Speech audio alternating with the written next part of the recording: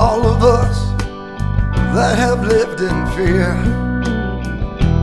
The evil is no longer near, 'cause closure is what we're needed. For all of us who lived in sorrow, let's look towards a brighter tomorrow. 'Cause closure is all we wanted. The sun washes away all our tears. It helps us with all our fears. The sun brings brighter skies. It helps us with all our cries. Yeah. The sun shines and brings closure to our lives. We finally come to a cross in the road. It's time for hearts to lighten their load. 'Cause closure is what we're needed. Baby, now we can hear and bring closure to all we feel. 'Cause closure is all we wanted. The sun washes away all our tears. It helps us with all our fears. The sun brings brighter skies. It helps us with all our cries. The sun shines and brings closure to our lives. We the people of the USA, remember what happened on that day. We will carry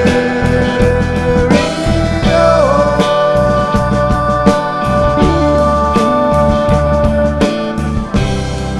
We will never look away.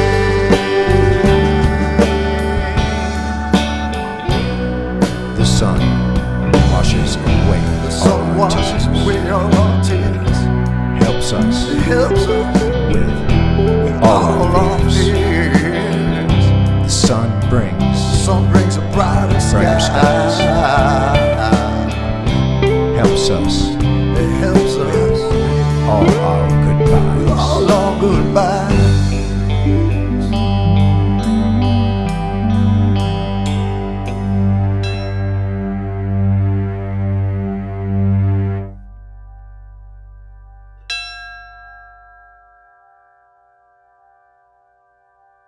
Hi everyone, it's Plastic EP coming in from Melbourne, Australia. Now I'd just like to hand it over to Cathy. How are you today, Cathy? We've got a very special show.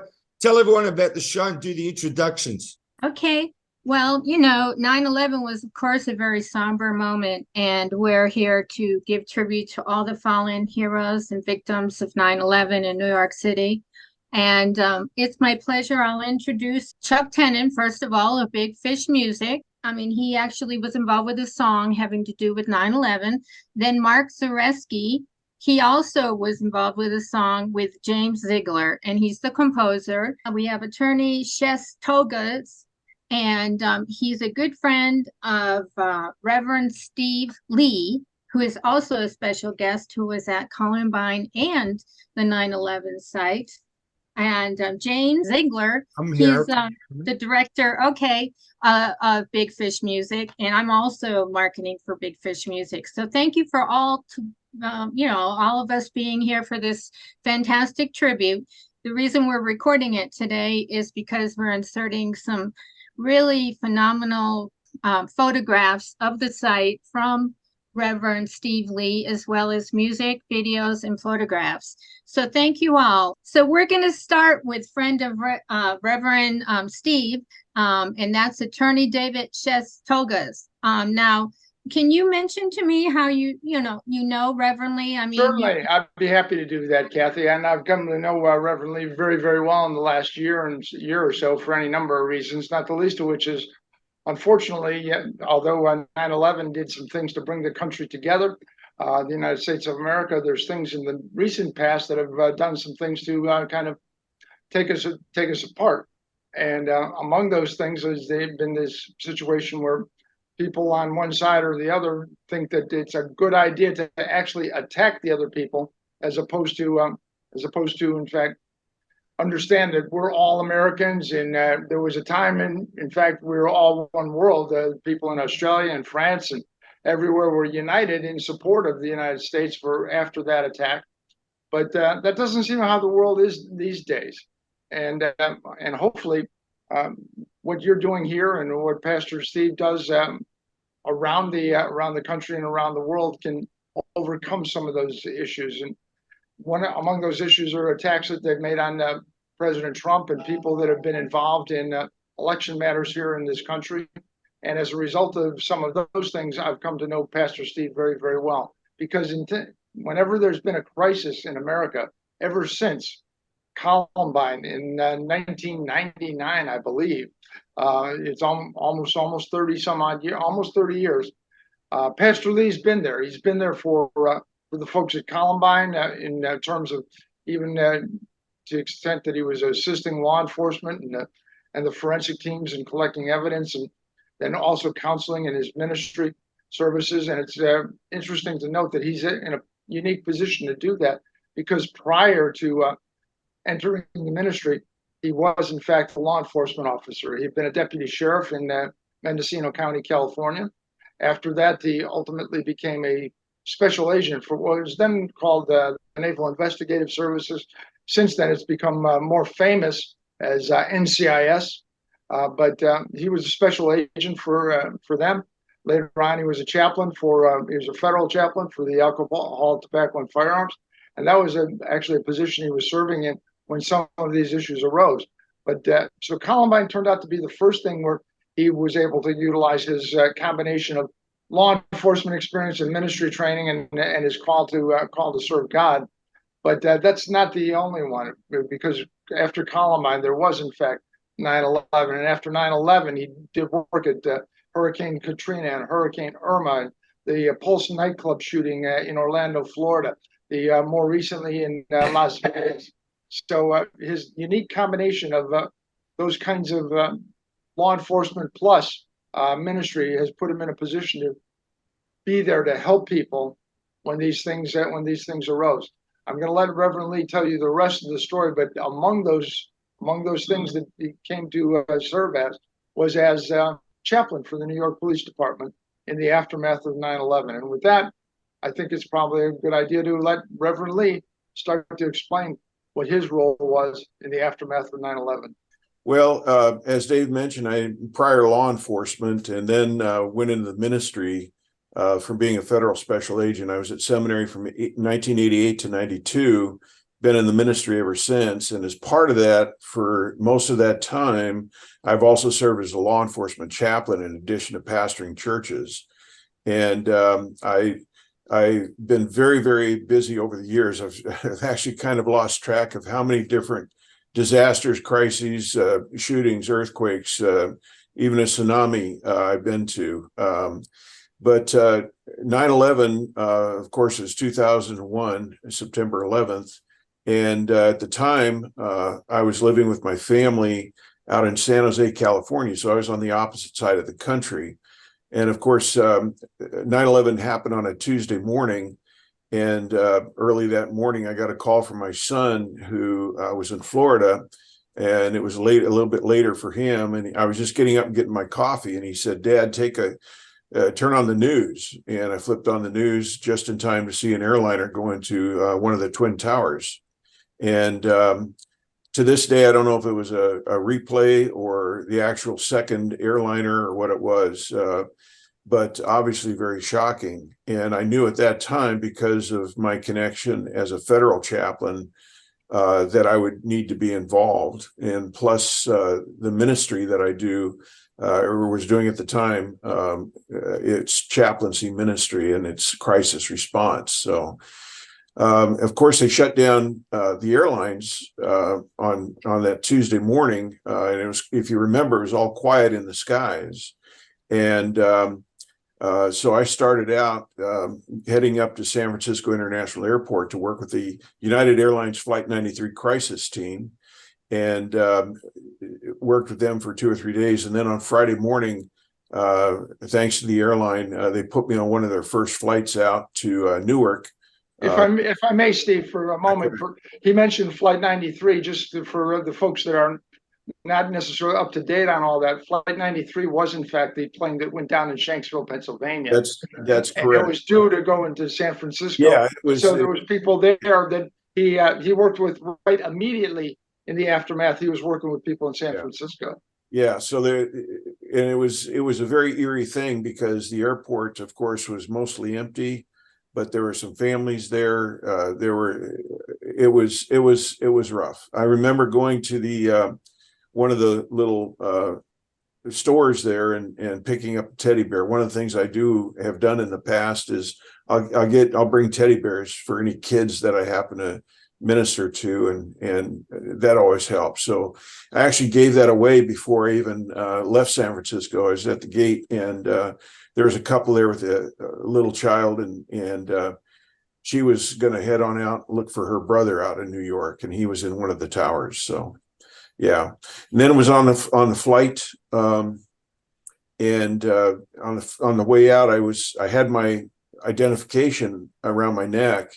And when I boarded the plane, the first officer and one of the flight attendants were talking at the top of the ramp, and they looked very concerned. And when I went to board the plane, they looked at me and they said, "Yeah, are you some kind of official or officer?" And I said, "I'm a chaplain. I used to be in law enforcement." And he said, "Well, we have 3 suspicious young males that boarded the plane, and they're sitting together, and with everything going on, we want to be very careful." And I said, "Well, I'm not a law enforcement officer anymore." And first officer, "That doesn't matter.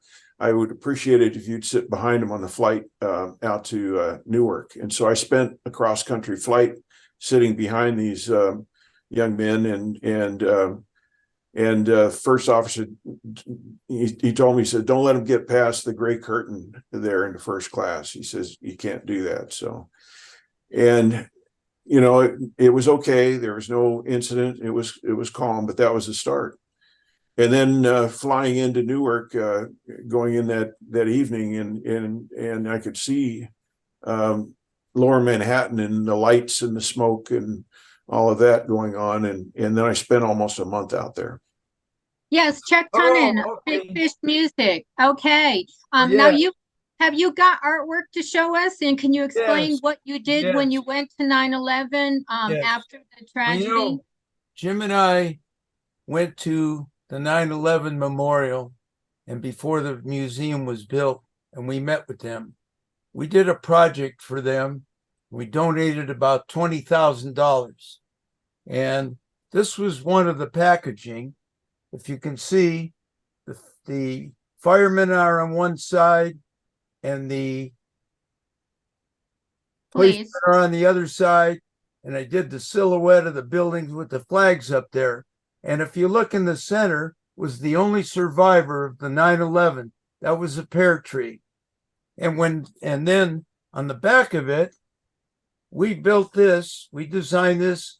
We couldn't understand where the beams were coming from. And finally I figured it out. They came from the ponds. So we did these beams and the building that they built before it was all done there. And the other one that Jim did, and the songs are called "I Thank You" and "Heroes to Us."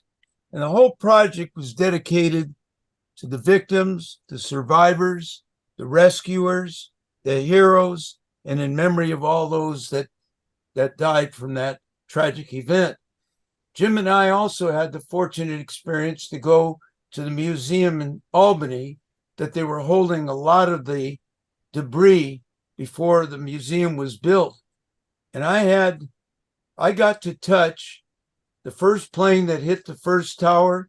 I got to touch the engine that they found between the two buildings of debris. And I got to touch that. And, I started to cry. And then they showed on a conveyor belt rings, wallets, fingers, you name it, for days that were going on there. But the neat thing was, I'd like to, if I may, there were 2 lines on the songs. By the way, Jim will tell you about the song Closure, but Heroes to Us, what was interesting about that, it said, remember those who paid the final cost. God took them home and not a soul was lost. And we wrapped our flag so tight around us, the way our lives turned upside down that day. The other song, and I thank you, the victims and the survivors were thanking the rescuers. And it was the neatest line in there that came in the song. And it said, when they were in darkness, trying to be dug out, this was the line. And when I looked up and held you in my eyes, it was there. I saw there was someone standing there next to you. I guess I'll call him God. Well, those people were praying that people would rescue them. And when they looked up and saw the survivors, but I got to touch the pear tree that was the only survivor at the 9/11 memorial. We got to visit the ponds. The museum wasn't open at that time, but and then Jim's song Closure really has a line in there about we the people of the USA. We must remember. The whole idea was we must remember and never forget. Okay, James, can you continue on your song and video? Your YouTube video. Can you explain about Closure, please? Yep. Okay. Well, I wrote the lyrics of the song. Mark wrote the melody. And I'll tell you, I hadn't disclosed this to nobody, but the secret co-writer on the song, believe it or not, is Jesus Christ. I woke up singing that in my sleep and hurried up, grabbed a piece of paper and wrote it down, presented it to Mark and said, Mark, can you come up with a melody for this? Wow, and wonderful. Mark, being a guitar player, he said, yeah. Mark, Zareski, you're the composer on the song Closure. Can you tell me, just like in a short 15 seconds or so, what, how you came up with the composition? There's no secret. Yeah, I just kept trying and trying until I found something suitable. And, I joined with Jimmy and, got his opinion, and then we just went with it. And I also played on the original recording as well as a guitar player.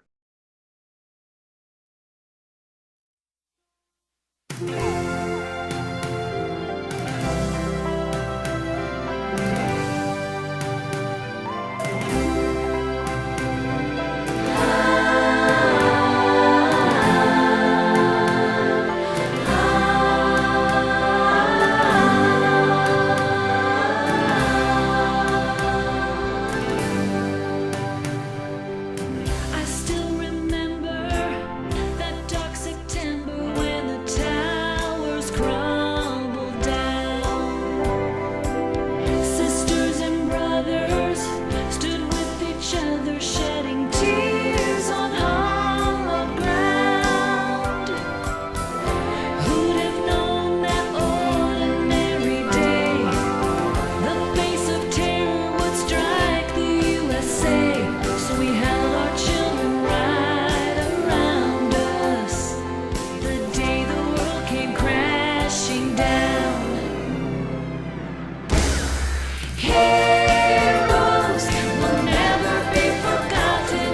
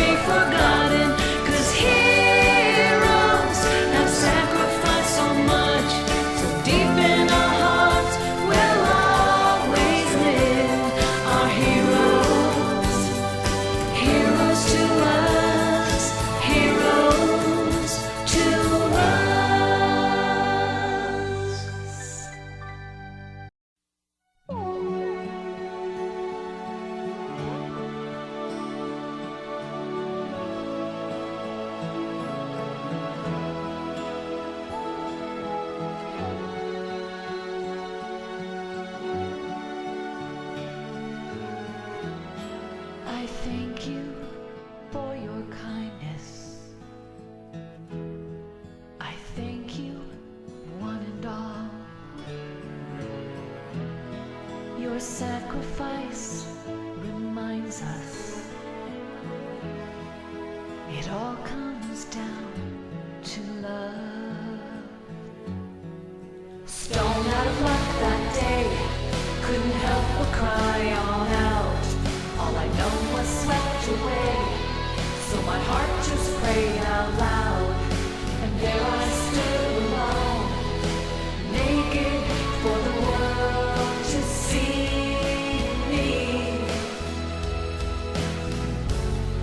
Never thought the time would come when all the good seemed gone, when nothing felt quite right, and the darkness ruled the night. That's when I count my tears, waiting for a sun.